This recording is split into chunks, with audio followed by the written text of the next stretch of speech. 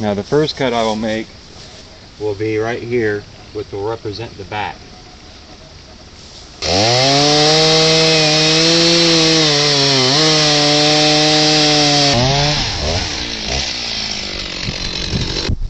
Now the second cut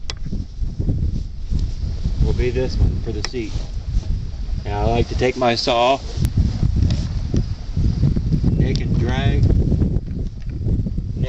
on both sides. That way I'm able to see that I'm straight as I go around.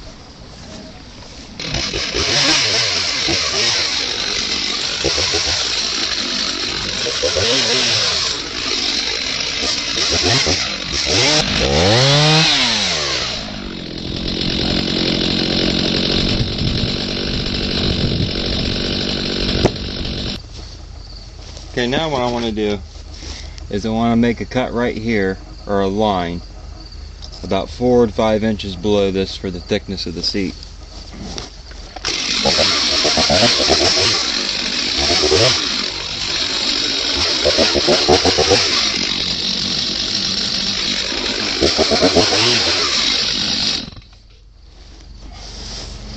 Now you can see we've got a line that goes all the way around, about a 1/4 inch, 1/2 inch deep. Doesn't really much matter. You'll never know once we're done. Just to mark it. Now what we're going to do is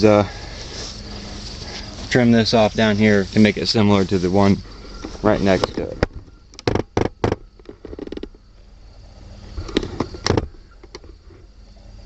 And to do that, I'm going to set it up here. Well, this is a chair I made years ago, and all you would have to do here is just make a plunge cut here, a couple